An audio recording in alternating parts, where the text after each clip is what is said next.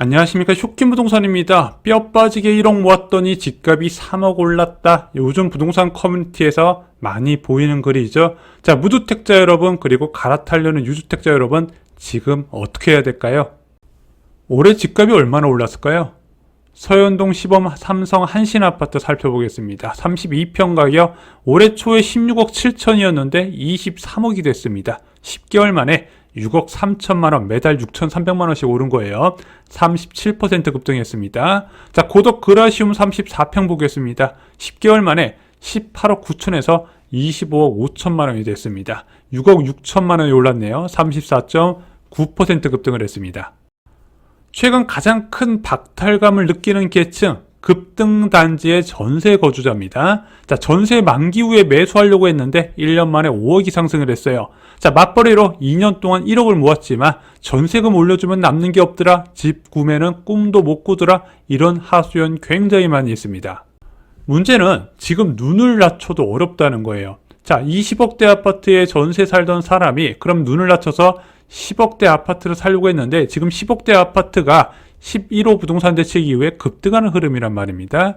계속해서 가격 상승세가 확대가 되고 있어요. 자, 토어제 이후에 거래가 나오면 5천에서 1억 정도 신고가가 계속 찍히고 있습니다. 자, 여러분, 토지거래 허가구역 해제가 왜 나온 줄 아세요? 이거 다주택자들, 유주택자들 좋게 해주려고 만든 거 아니에요. 무주택자한테 실제적으로 피해가 가는 매물 잠김 효과 때문에 풀어준다는 이야기가 나오는 겁니다. 매물이 너무 없어요. 매물이 없으면요, 급한 것은 매수자가 되는 겁니다.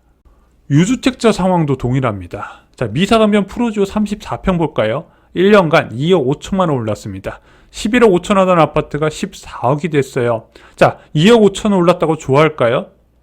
갈아타는 사람한테는 전혀 좋은 일이 아니라는 겁니다. 왜? 이거 팔고 고덕동으로 가려고 했던 사람, 고덕 그라시움 34평은 아까 1년도 안 된 기간에 6억 3천만 원 올랐다 말씀드렸죠? 갈아타려면 3억 8천만 원이 추가로 필요하다는 겁니다. 문제는 대출이 돼요, 안 돼요? 안 되죠. 대출이 안 되다 보니까 갈아타기가 막힌 거예요. 대다수가 불만인 시장입니다. 일부 핵심지 아파트 보유자한테는 최고의 한 해였어요. 여기서 말하는 핵심지는 서울 같은 경우는 이제 한강벨트 주변, 그리고 경기도에서는 분당, 과천, 광명 정도가 되겠죠. 자, 대다수 주택 소유주들은요, 상대적 박탈감이 최고입니다. 야, 너네 집 올랐더라? 이게 오른 게 좋은 게 아니에요. 갈아타려는 사람한테는 갈아탈 아파트가 아파트 가격이 훨씬 중요한데 그 아파트들이 너무 올랐다는 거예요. 한마디로 남들이 모두가 갖고 싶어하는 비싼 아파트가 더 많이 오르다 보니까 갈아타려는 대기자 입장에서는 지금 가만히 있기도 뭐하고 갈아타려고 시도하기도 부담되고 좀 진퇴양난의 상황이다, 이렇게 말씀을 드려요. 자, 이거는 유주택자 이야기고요. 무주택자한테는요, 최악의 한 해였다는 거죠. 집값은 급등했는데 전세 매물까지 부족해지면서 선택지가 크게 줄어들고 있다는 겁니다.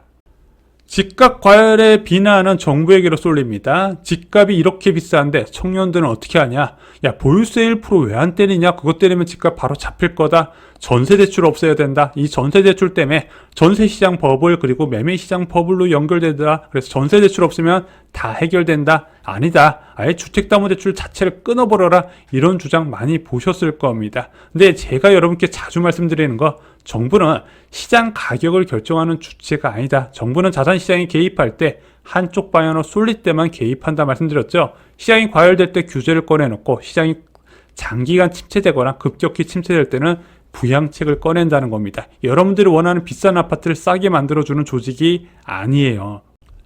이럴 때 가장 현명한 방법은 무엇일까요? 세상이 나에게 맞춰주길 기다린다. 나는 돈을 열심히 버는 사람이니까 내가 열심히 버는 만큼 집값은 그에 맞는 수준으로 올라갈 거다, 이렇게 기대하는 사람들이 있어요. 아니면 정부의 강력한 대책을 기다리면서 전세를 연장하는 사람도 분명히 있을 겁니다. 제가 여러분께 확실히 말씀드릴 수 있는 거, 자산시장, 특히 선호도 높은 수도권 아파트 시장은요, 절대 무주택자나 저자본 가구에 유리하게 흘러가지 않는다는 겁니다. 물론 가끔 흘러갈 때가 있어요. 2022년 하반기처럼. 그런데 그런 거는 10년에 한번 찾아올까 말까 하는 이슈고, 이미 그것은 끝났다는 겁니다. 많은 사람들이 그렇게 큰 위기가 한 번 오면 그 위기가 다시 올 거라 기대하지만 제 경험상 똑같은 위기는 2번 찾아오지 않는다는 거예요. 올해 3분기, 4분기에 정말 많았던 상담이 있습니다. 고덕이나 마포, 송파구의 대장아파트, 김포 신축단지 세입자의 매수 상담이었습니다. 이 사람들은 위기감을 느끼고 높아진 눈을 낮춰서 수준에 맞는 주택을 마련하려고 상담에 나섰던 거예요. 자, 여기서 배울 게 뭐예요? 자기 살 길은 자기가 알아서 찾아야 된다는 겁니다. 가만히 있는 사람에게 아무 일도 일어나지 않습니다. 인생에서 대입, 취업, 결혼만큼 중요한 게 내 집 마련이에요. 물론 다들 관심은 많아요. 매일 부동산 유튜브도 열심히 보는데 이게 유튜브 알고리즘이 기가 막힌 게 그 사람이 원하는 게 무엇인지 캐치해서 그만 골라서 보여주게 됩니다. 근데 무주택자 입장에서는 집값이 오른다는 소식이 좋아요? 당연히 싫겠죠. 이게 심리적으로 꺼려질 수밖에 없다는 겁니다. 떨어진다는 소식에 더 한 번이라도 눈이 갈 수밖에 없는 거예요. 그럼 유튜브는 그것을 캐치해서 그런 영상만 여러분께 보여준다는 거예요. 자, 그런 것만 보다면 어떻게 돼요? 세상이 당장이라도 망할 것 같고 집 사면 큰일 날 것 같고 대출을 끼면 어떻게 돼요? 인생 몰락할 것 같죠? 근데 현실은 그 반대로 움직인다는 겁니다. 그러면서 부동산 근처에도 안 가보고 현실은 더욱더 모르는 상황이 생긴다는 거예요. 지금 무주택자가 제일 먼저 해야 될 세 가지를 말씀드리겠습니다. 첫 번째, 나의 최대 대출 한도가 얼마인지 체크를 하시는 거예요.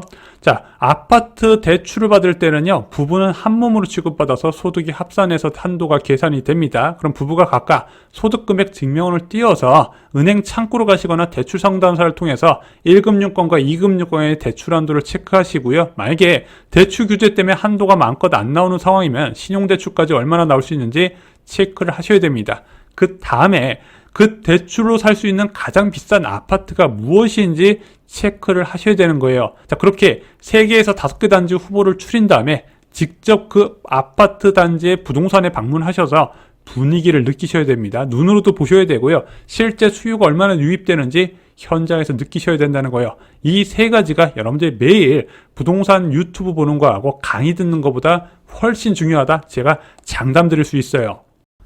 지금 여러분 인터넷으로 얻을 수 있는 것은 거의 없어요. 자, 토지거래 허가구역제도 보편화 이후에 실거래가 데이터 활용이 어렵습니다. 그래서 호가하고 실거래가 차이가 큰 게 그냥 뻥호가인지 실제 실거래 데이터를 기반한지 현장에 가야 알 수 있어요. 자, 지금 시장은요, 매수자보다 매도자가 더 많은 정보를 가진 시장입니다. 매도자들은 단톡방을 통해서 그 지역의 시세를 바로 꿰뚫고 있고 어느 정도까지 올라갈 거라는 걸 대략적으로 알고 있어요. 매수자는 그런 정보가 없지 않습니까? 그래서 발로 뛰어야 돼요. 발로 뛰면서 이런 정보를 실시간으로 얻고 현장 분위기를 느끼셔야 된다는 겁니다. 여러분, 현장에 가보지 않고 부동산 근처도 가보지 않고 얻을 수 있는 건 아무것도 없어요.